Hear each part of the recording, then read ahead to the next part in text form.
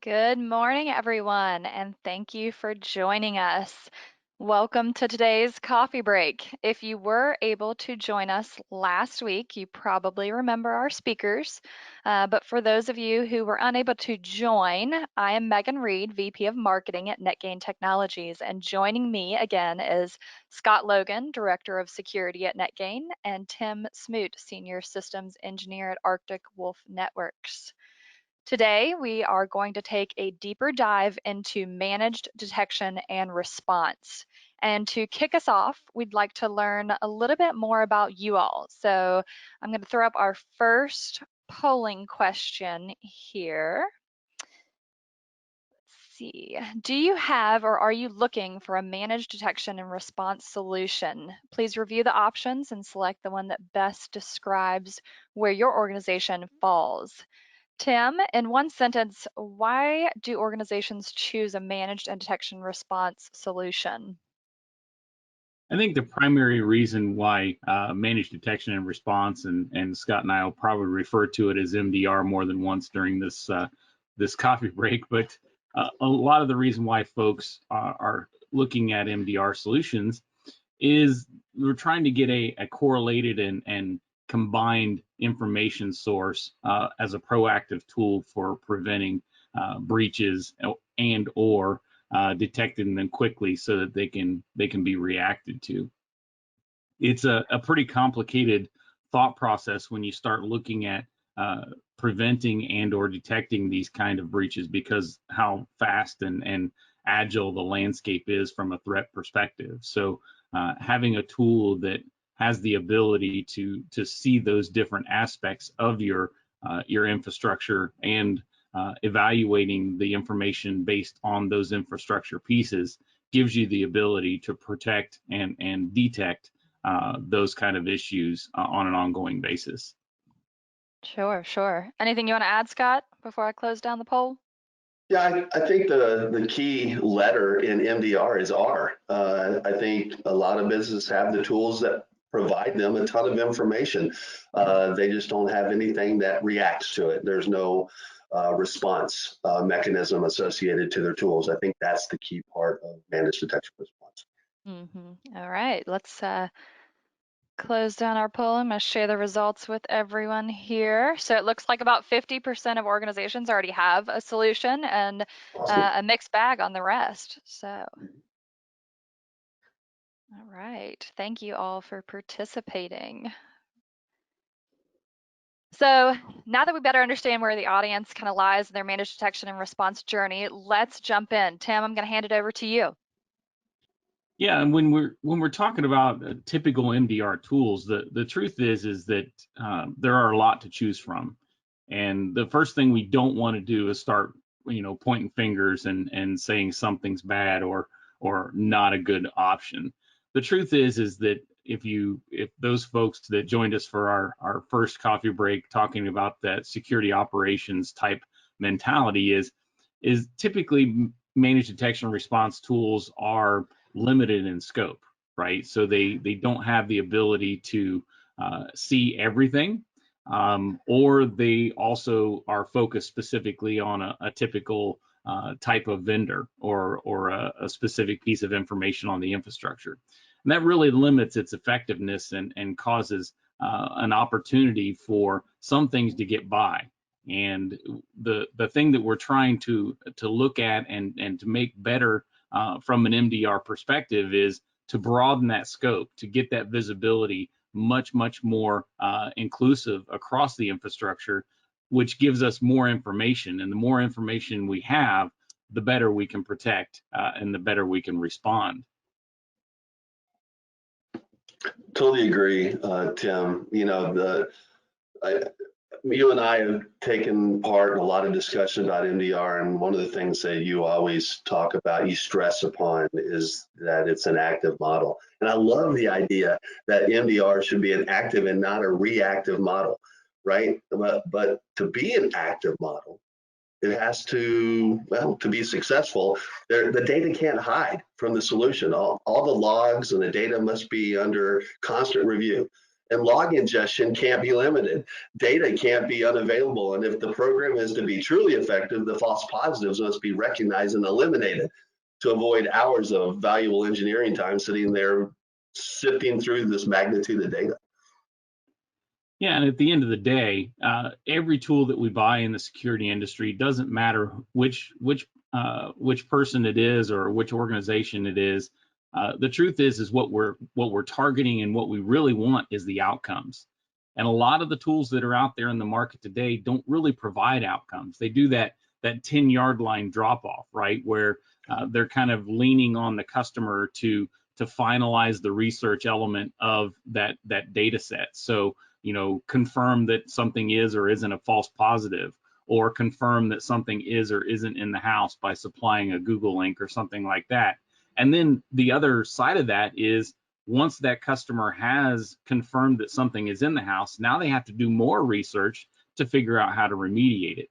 So when you start thinking about the security tools that you have implemented in an organization, and kind of attaching that whole target into that outcomes type talk track, the truth is that that's the part of most security implementations that's missing, is the outcome. Agreed. And I was really happy in the poll that a lot of our viewers have already started down the MDR path. Maybe they already have it instituted, maybe they're in progress of getting it added to their security posture.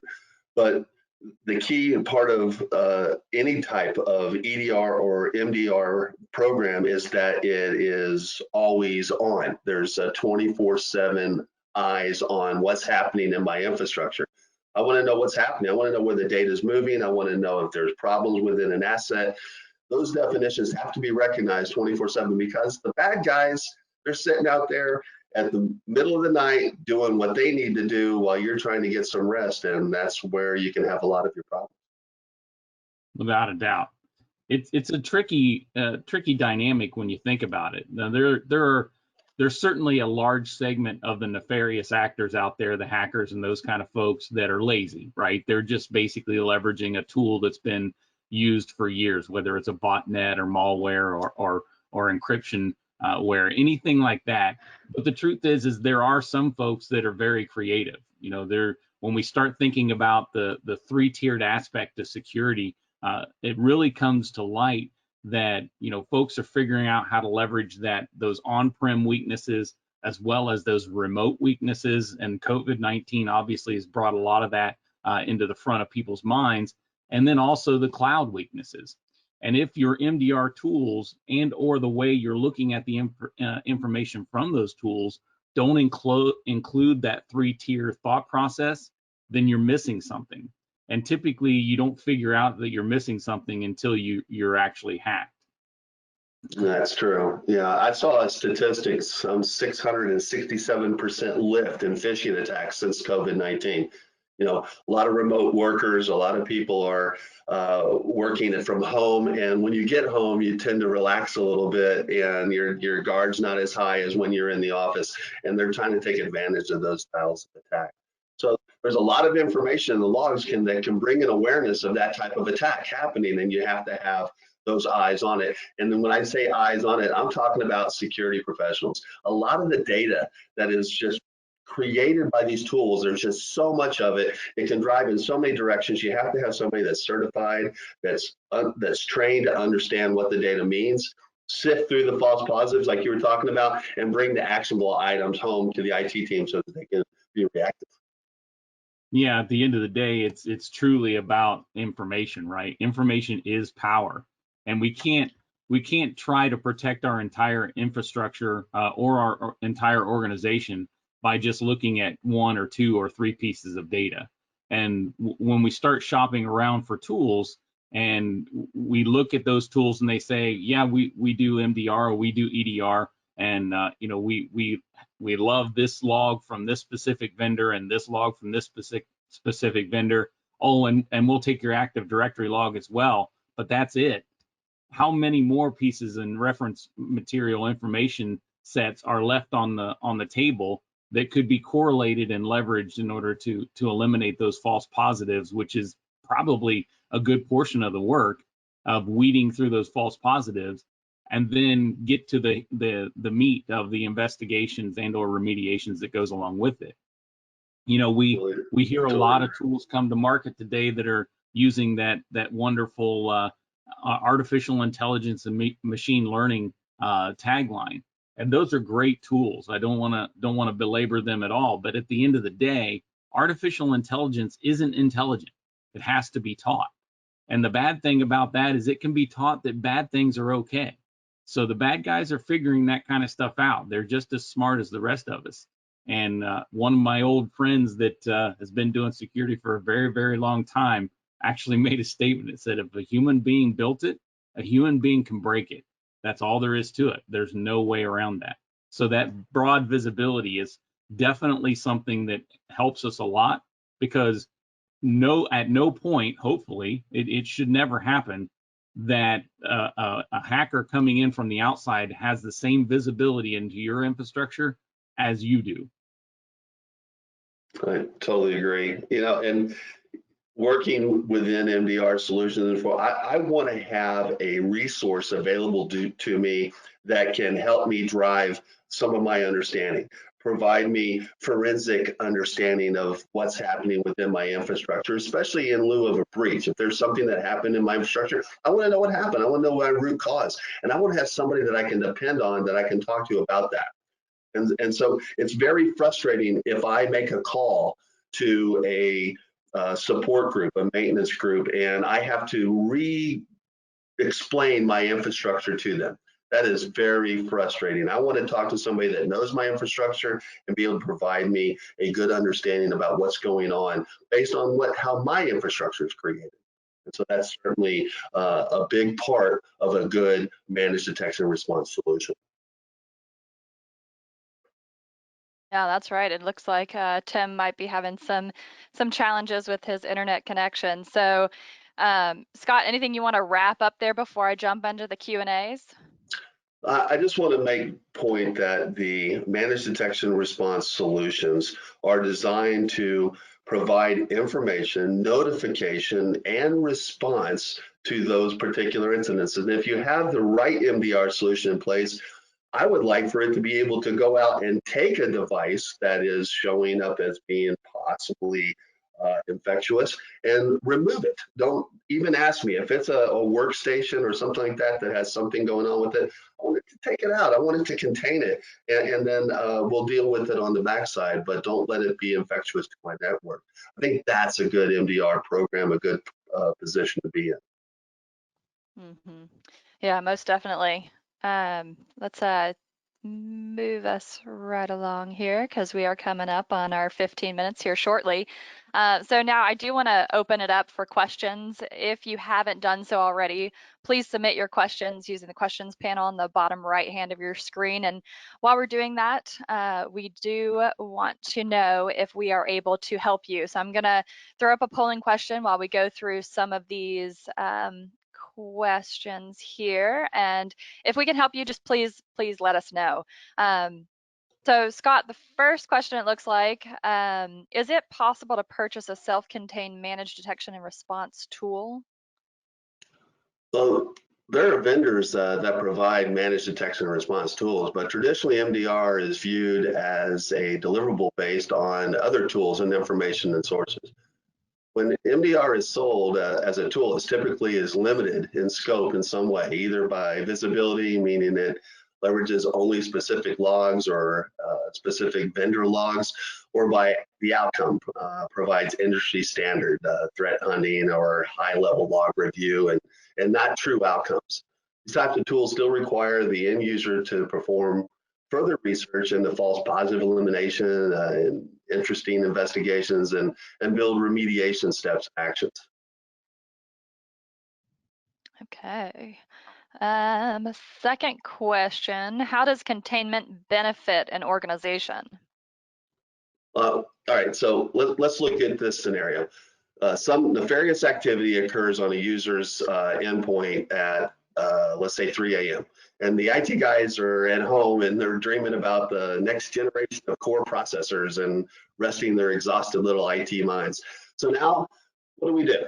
there's 5 hours now of malicious activity that will have free reign on my company's network. Do we start running down the cell phone tree and wake our worn out engineers, or do we simply contain the threat and isolate the system that's in question in real time? Containment takes the system that is potentially infected off the network so that the infection won't be able to spread. Let's let the IT guys sleep a little bit. They deserve it. Yes, they do, definitely. Um, all right, third question. What kind of information or logs should an MDR tool be looking at? Literally everything it possibly can.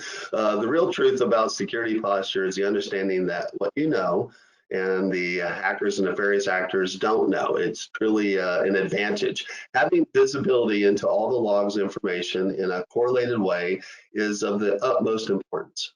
On top of that, developing a known good traffic pattern to compare your day-to-day activity, hour-to-hour, minute-to-minute traffic flow quickly provides visibility into the possible threats that tools only approach simply can't provide.